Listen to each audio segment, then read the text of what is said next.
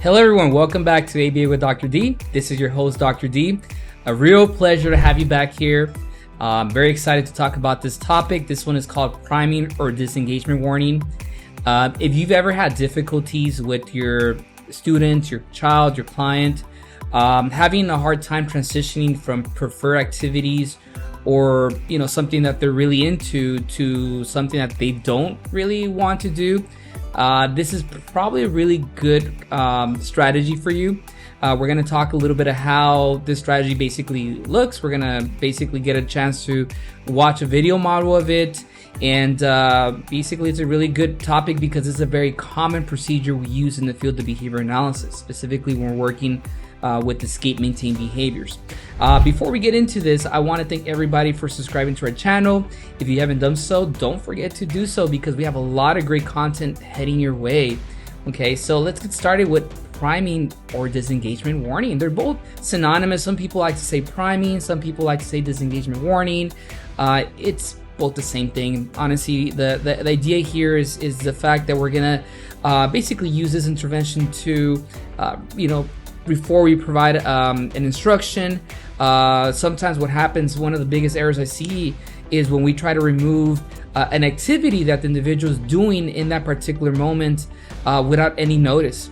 And I want you as a parent, I want you as a therapist, I want you as someone that works with individuals that may need this type of intervention to think about the fact that if you are, for example, watching a sport event or watching a soap opera, nowadays watching TikToks, and all of a sudden I come into your to your environment, I come into the room wherever you're at, and I say, hey, I need you to put that down.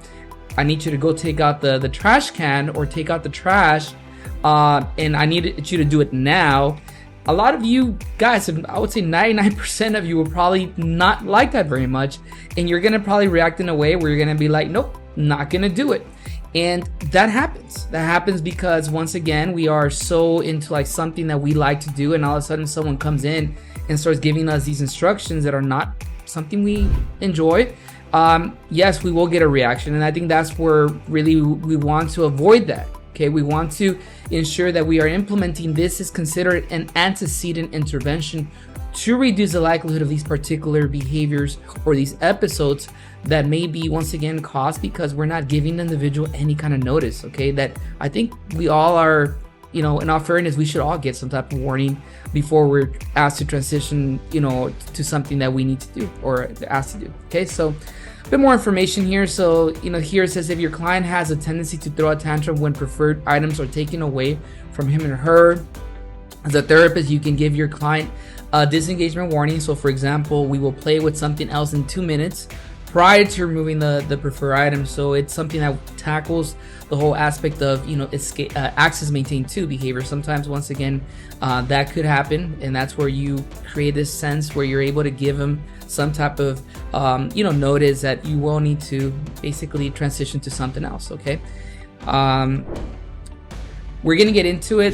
This particular example I have not seen in a while. I'm pretty sure it's probably an escape maintain behavior.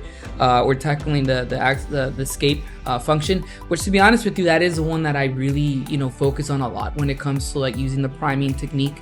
And let's take a look at it, and then we can be able to talk about it a bit more. Let me put more volume onto this thing, and then we'll get started.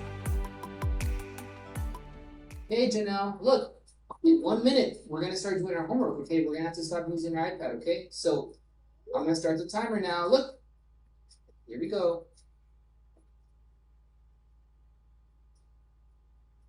Okay. Oh, that's so funny. Good stuff.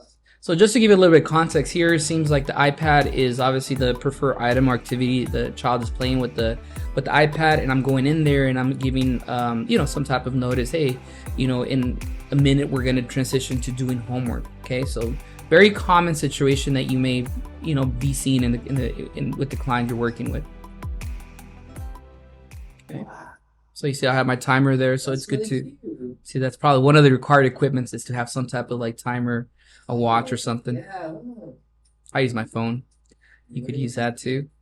We got 30 seconds, okay? So you saw that I give another notice 30 seconds so that the child knows.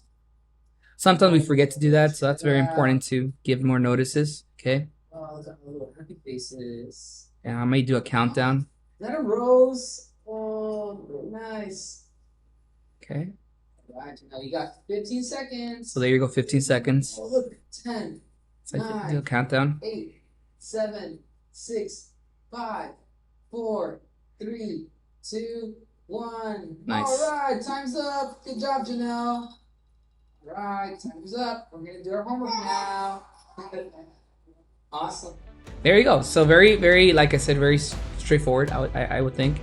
So once again, if you're a parent that is having difficulties with your child transitioning away from video games, transitioning away from, I don't know, it could be iPad, like in this example, an infinity of scenarios. This technique could help. I mean, it's pretty basic. It's pretty simple, straightforward.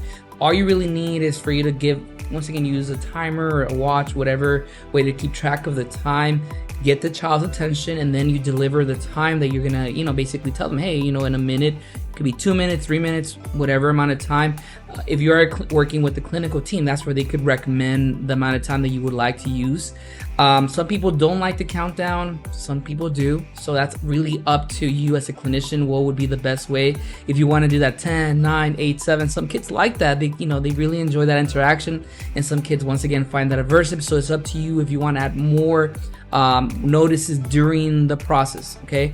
But this is in general, like I said, the technique of priming or disengagement warning. I hope that you found this useful. This particular video is available for you as a video model by itself, so you can use that for training purposes. But yeah, let me know your thoughts, what you think about this particular video. It's another example, once again, of an antecedent intervention that, once again, could be, yes, it's very simple, but it could be effective for reduction of problem behaviors. So thank you so much. Once again, make sure to hit subscribe if you haven't done so, and if you've done already that subscription, thank you so much. Hit that notification bell too, don't forget that. I hope to see you soon. Take care now.